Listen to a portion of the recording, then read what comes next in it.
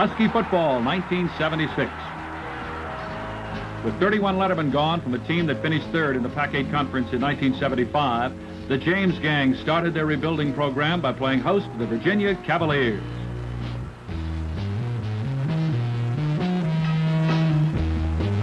The Huskies immediately offered their fans a preview of what they would be seeing all season in 1976 as junior college transfer Ronnie Rowland from Hayward, California, powers his way for 21 yards and a first down. Robin Earl, who was invited to 4 postseason All-Star games, then dives into the end zone for the first touchdown of the year for Washington. The Husky defense in 1976 was anchored by one of the outstanding nose guards in the country in senior Charles Jackson, number 66, who makes another big defensive play for Washington. The Huskies' young defensive secondary was put to the test early against the Cavaliers. Andy Hitt throws deep, but Wayne Moses, the junior from San Dimas, California, is there to pick it off. And being an ex-running back, he threads his way for 25 yards on the return.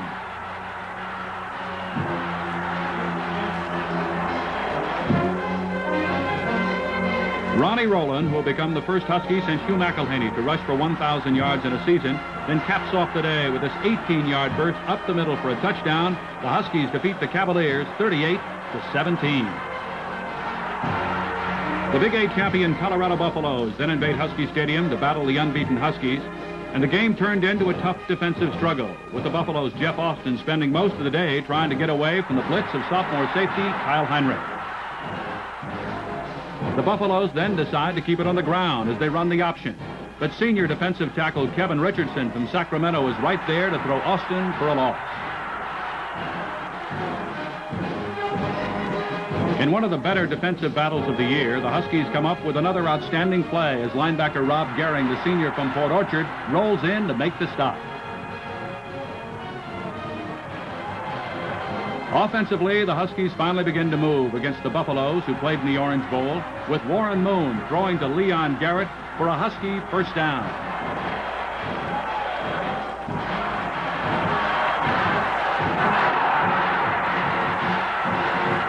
The Huskies then go to the big guy, Robin Earl.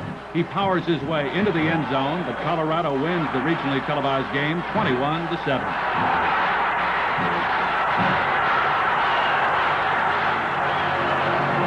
The Huskies then move from the Big 8 to the Big 10 as Indiana comes to town for the first time ever to play the University of Washington. And junior Ronnie Rowland, who will pick up 121 yards on the day, shows off his running ability on this play. Since Ronnie Rowland took the ball to the goal line, he'll get the call to take it in as the Huskies again show the power of their running attack.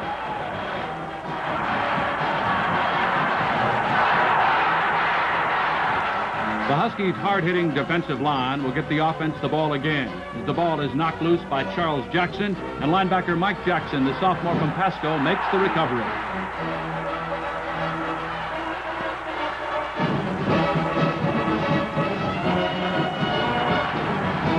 Robin Earl, who rushed for 101 yards against the Hoosiers, breaks through the center and roars 17 yards for another Washington first down. Warren Moon, the junior from Los Angeles, who threw for over 1,000 yards in 1976, will throw this beauty to Don Wardlow down the middle, and Wardlow, the big senior tight end from Shoreline in Seattle, makes a spectacular catch of the ball. But the Huskies then settle for a Steve Robbins field goal. The Hoosiers surprise Washington 20-13. The Huskies close out their pre-conference schedule at home against the unbeaten Minnesota Golden Gophers. And it turned into one of the big afternoons of the season for the Huskies as senior Mike Balderson hits the leading passer in the Big Ten, Tony Dungy, and Rob Gehring is right there to intercept the deflected pass.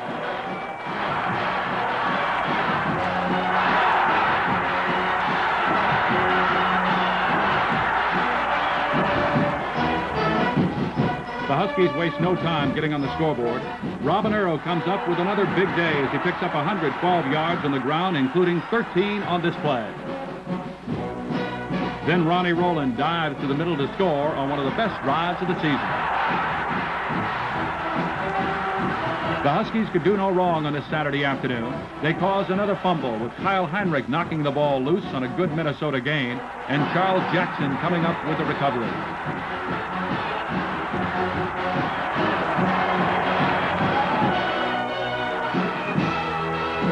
It takes the Huskies just 4 plays to get on the scoreboard again, with Robin Earl, the second leading ground gator in Washington history, steamrolling his way for 23 yards and a Washington touchdown.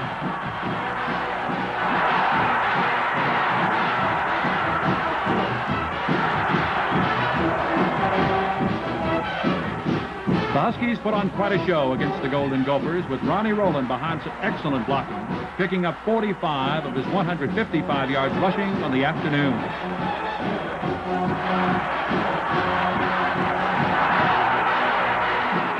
If it isn't Ronnie Rowland, it's Robin Earl carrying the ball against Minnesota as Earl goes in to score to make it 21-0 Washington. Tony Dungy, who came into the game as the top passer in the Big Ten, spent a very disappointing afternoon against the Huskies, with Kevin Richardson and Charles Jackson throwing him for a loss on this play. And the loss set up yet another Washington touchdown, as Warren Moon will go deep to his sophomore speedster, Spider Gaines, who makes a great catch as the Huskies smash Minnesota 38-7. The Huskies, coming off the big win over Minnesota, open conference play against the Oregon State Beavers in Corvallis. The James gang came up with another tough afternoon defensively. John Edwards comes through to block this punt. It's picked up by Greg Brooks, the junior from Kirkland, Washington, who is escorted into the end zone for 6 points for the Huskies.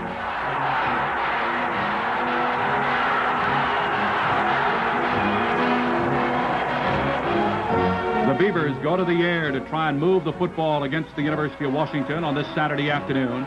But a hard hit by the Husky defensive secondary will knock the ball loose.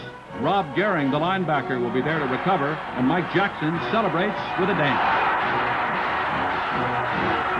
With freshman Joe Steele in the lineup, the Husky offense moves into high gear. Steele, the former high school All-American from Blanchette, races to the 1.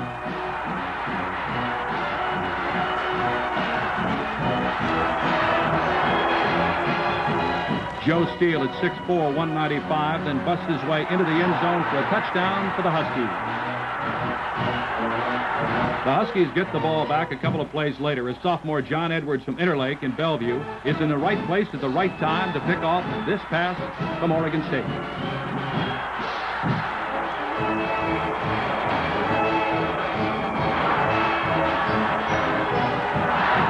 Joe Steele then grabs the pitch from Warren Moon, races to his left, goes in to score as the Huskies open conference play with a 24-12 win over Oregon State.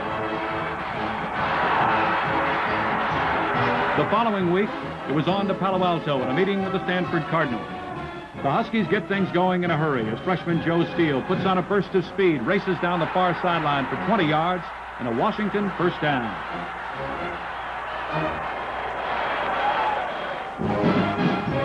A couple of plays later, Steele gets the call again, goes in to score the first Husky touchdown of the day.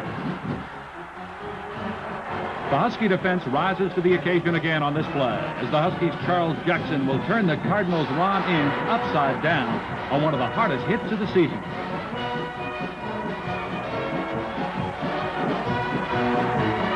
The Husky offense then gets rolling again with Leon Garrett, the senior wide receiver from Los Angeles, grabbing the reverse, going in to score after a couple of pretty good moves.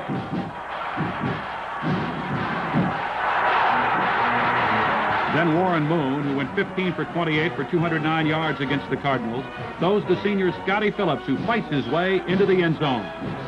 But the Huskies come up a touchdown short as Stanford wins 34-28. The Huskies then return home for their traditional battle with the University of Oregon Ducks.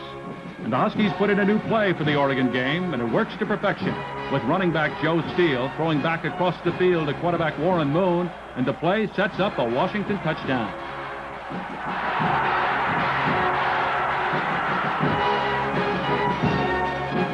Joe Steele then gets the call, races around the left side behind some pretty good blocking to score for Washington. The Husky defense came up with a big day against the Ducks with Charles Jackson, who played in the All-American Bowl, making this stop for no gain. The Huskies then get another chance to score as the defense forces an Oregon fumble on the short pass play, with Kyle Heinrich forcing the fumble, and sophomore Lance Todale from Richmond, California, number 10, coming up with the recovery.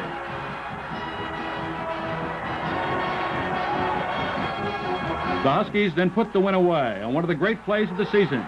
Freshman Joe Steele, who rushed for 157 yards against the Ducks on 18 carries, picked his way around the left side of the Oregon defensive line, then finds an opening, races 72 yards to score as the Huskies defeat the Oregon Ducks 14-7.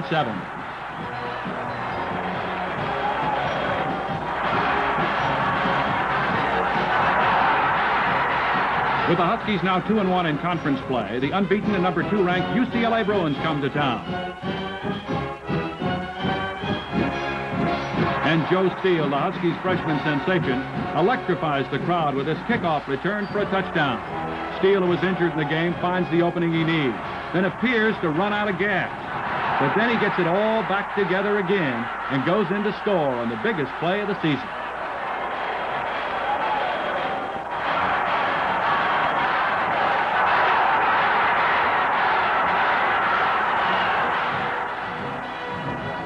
The Huskies, playing some of their best football of the year, stopped the Bruins in the air as this Jeff Dankworth pass is tipped, intercepted by Lance Todale, who came up with 2 interceptions in 1976.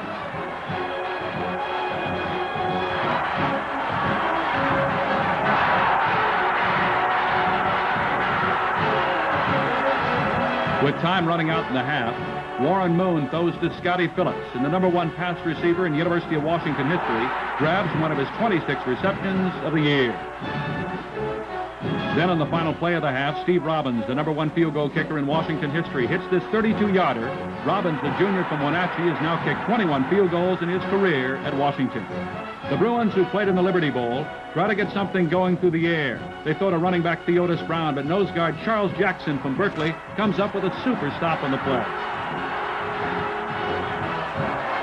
The Huskies then score in a hurry as Warren Moon, who is now 4th in career passing yardage at Washington, hits sophomore tight end Scott Greenwood from Ellensburg, who makes an outstanding catch for a touchdown. But the Bruins still win it 30-21.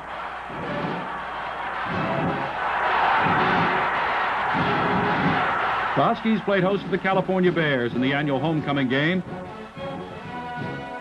And the Bears' outstanding quarterback Joe Roth immediately goes to the air. But the intended California receiver can't handle the football. John Edwards is in the right place at the right time to intercept. Then watch the hit that John Edwards will take right here.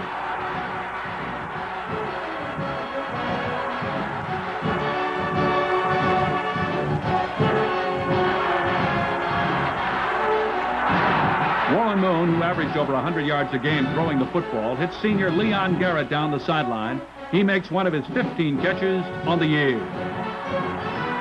But with both offenses having trouble moving the football, it turned into a defensive struggle, with freshman linebacker Brett Gagliardi from Glacier in Seattle making the stop on Joe Roth. The Bears, who love to throw the football, go to the air again. But John Edwards, the Husky strong safety, will come up with one of his 3 interceptions of the season.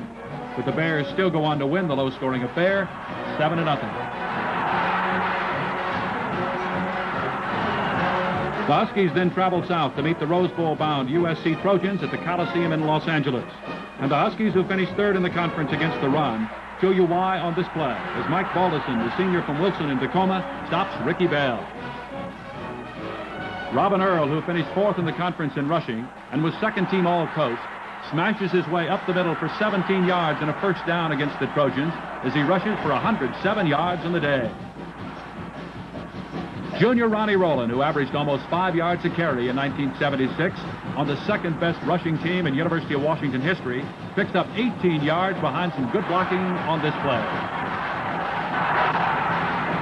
But the Huskies, who had to settle for just a field goal, put on quite a defensive show, with Mike Jackson stopping the Trojans' Charles White for a loss of 3.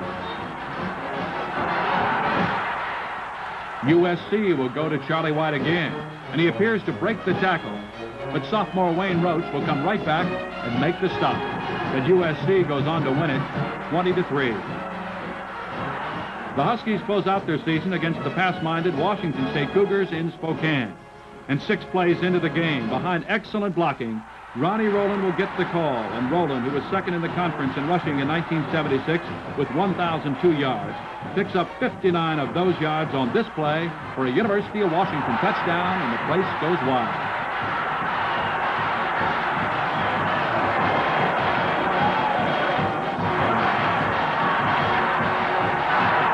The Husky defense came up with another outstanding effort against the Washington State Cougars, with junior Dave Browning putting the rush on all-conference quarterback Jack Thompson.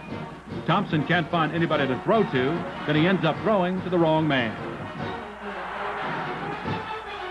The Huskies, who ate the Cougars up on the line, go to Ronnie Rowland again. The San Jose City College transfer roars 37 more yards, setting up yet another Washington touchdown.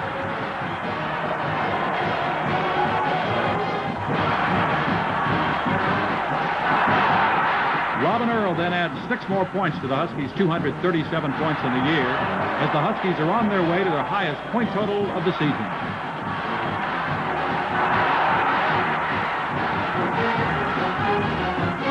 Just before the half, Warren Moon and Scotty Phillips combine on a picture book play, as Scotty Phillips closes out his career at Washington with a record 111 catches for 1,866 yards, including this touchdown play. The Husky defense gained a lot of experience during the season, as evidenced by this pass interception by Lance Codale. He returns it 34 yards to the Cougar 15, setting up yet another Washington touchdown against Washington State.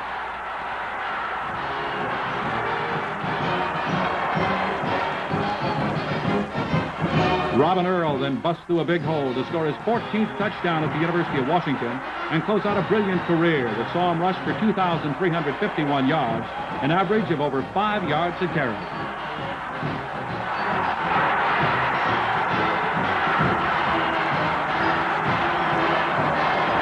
The Huskies then close out the season in 1976 as they go to the air, with junior Warren Moon throwing to sophomore receiver Spider Gaines. Moon, the junior from Los Angeles, rolls to his right, looks deep. Spider Gaines is wide open in the goal line. He makes the catch to score. And Spider will add a dance in the end zone as the Huskies defeat the Cougars 51-32. The win left the Huskies tied for 4th in the Pac-8 Conference, and with 7 defensive starters and 6 offensive starters returning in 1977, the Huskies are looking forward to their best season in years.